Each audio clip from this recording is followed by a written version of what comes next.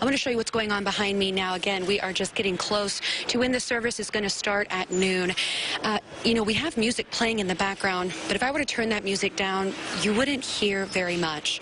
People stopping by, as you can see now, leaving behind flowers, children leaving behind paintings. And if you're just joining us, Springdale schools closed for the day. I believe one of the photos we have is of the gymnasium of an elementary school in Springdale, and that photo was just, I mean, my goodness, I think it's coming up right there. It is. Where is that all taking place, where you've had more rescues happening? Most of those are going to be over in the Pagosa and Colorado area. 2 of those have been critical, but unknown what those injuries are. So again, as we are learning more this morning, we're going to bring you the latest. And this is a prime example of how earlier in the morning, you know, didn't know about the reports of injuries just yet. They want to share their message peacefully here. I mean, I'm just going to stop talking for a minute so I can let you just hear. Part of me wants to say somber, but if you take a look around here, there are dozens of people, some that knew Officer Stephen Carr and some that didn't. This is a community showing its resilience. To you all, welcome into KNWA today. We've got team coverage this morning as Northwest Arkansas prepares for extremely low temperatures. Kayla Davis is live in Fayetteville with what electric companies are doing ahead of the winter weather. Our Zach Gilday is closely tracking the system. Zach, let's start with you. What's the timing of this storm looking like? A Westport couple has been looking for their adult son for nearly 2 years. The only thing they have left of him, text messages on their phone. Final missing in Arkansas story takes us back to Van Buren in 1983. A baby taken from his home in the middle of the night while his family sleeps. I mean, to not have ever met Isaiah, only to hear his story. You have done this. You have raised this money. The community has helped you. What does that mean to you, and what does it mean to the family? To my left, you can see aerial views along the flooded streets. I mean, capturing what was once covered with roads and cement. I think we should wake up Fort Smith. What do you guys think? Let's give it a little. A good lunch here. Do you bring your own lunch or do you buy lunch here?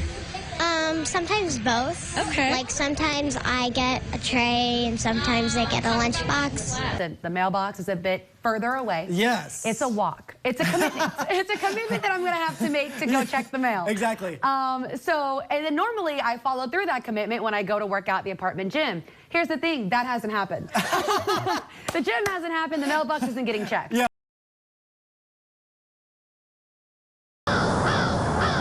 Tucked away near the city of Mountainburg is the final resting place of Teresa Rogers' sister, Gail. I remember asking the deputy there if it could have been an accident, and he said, no way. October 17th, 1980, a motorcyclist found the body of a woman left for dead in a wooded area of Fayetteville off Highway 16. She was found only wearing white socks, a flannel shirt, and a blue Michelin jacket. Her pants and underwear removed and found near her body. I called, and my mom says, you need to come up here. The worst thing you can imagine has happened. The woman had been run over, tire marks imprinted in the dirt, her socks damp and dirty from the wet soil from the rain. Her left foot had created a dip in the dirt from moving back and forth. Telling investigators her final hours were long and full of suffering. She met me out in the yard and hugged me and told me that it was Gail. Jane Doe was later identified as Gail Vaught, just over 6 foot tall and 155 pounds. The 21-year-old from Mountainburg worked in construction as a grade operator, moving to Fayetteville for the job. It was merciless. You know, there was no mercy in what they did. Gail's autopsy report revealed she had also been shot in the head. A bullet was found stuck in her skull, something that was missed by investigators at the crime scene because there wasn't a pool of blood near the wound. Former Washington County Sheriff Herb Marshall was one of the first people on the scene.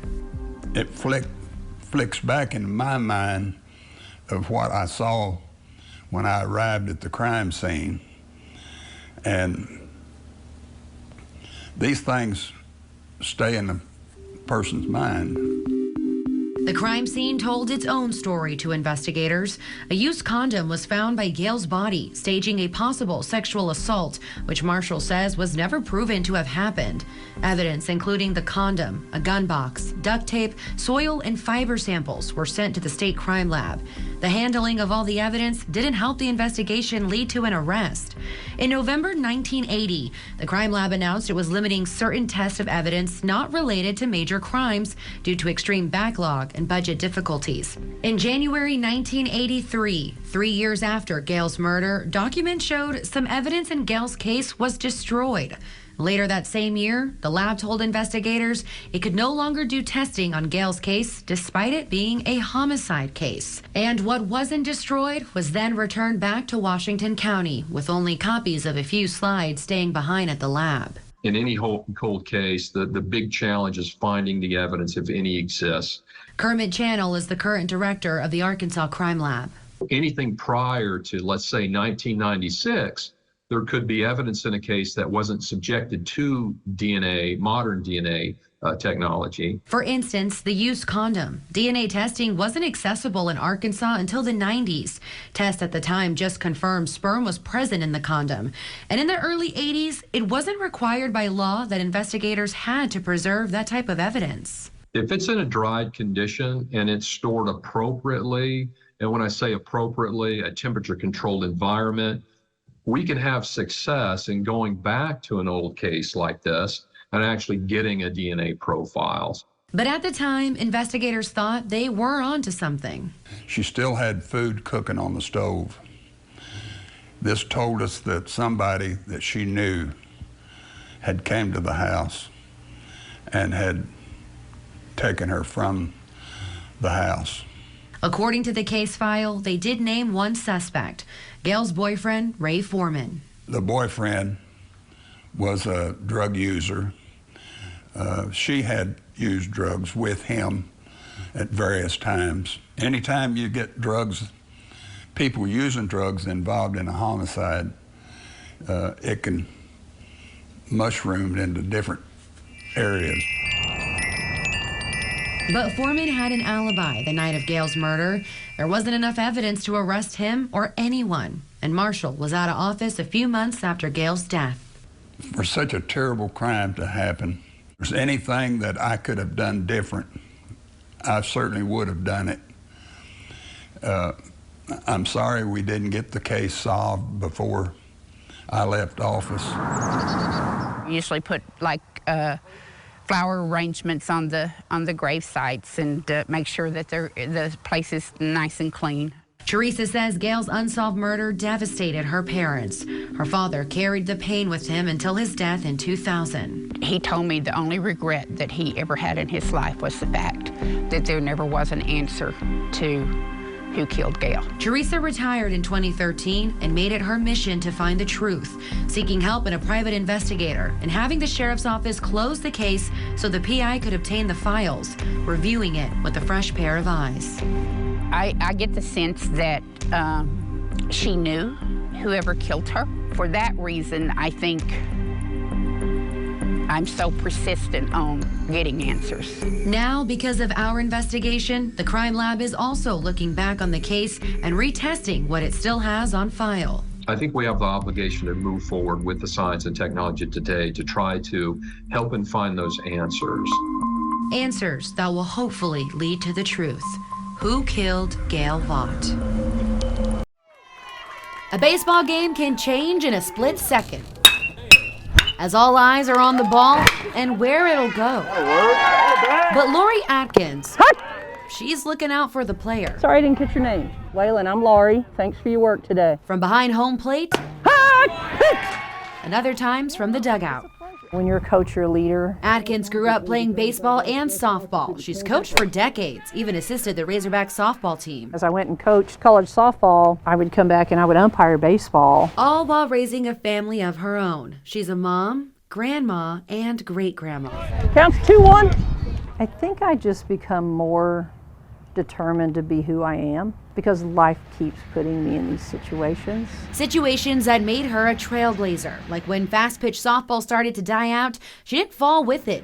Instead, she played in a men's baseball league for 9 years. And we won the league in the last year, which was like 96, I think. And in 2015, when Atkins, an umpire at the time, was inducted to the NWA's Men's Senior Baseball League Hall of Fame. You know, hopefully girls look at that and they go, oh, look, we can play. And even in 2017, when Atkins became the first woman to umpire a state championship high school baseball game in Arkansas. It's like I didn't see it as news. I just saw it as, oh good, I get to go umpire a championship game. Did we mention she also built Arkansas Sports Officials Association to make sure every game has an official? And in that, it kind of gives me a venue to help bring more girls and women in. Whenever they approach me about it, I'm like, of course you can do it. I do it. There's just not enough time, even in a baseball game, to share all the glass ceilings Atkins has shattered.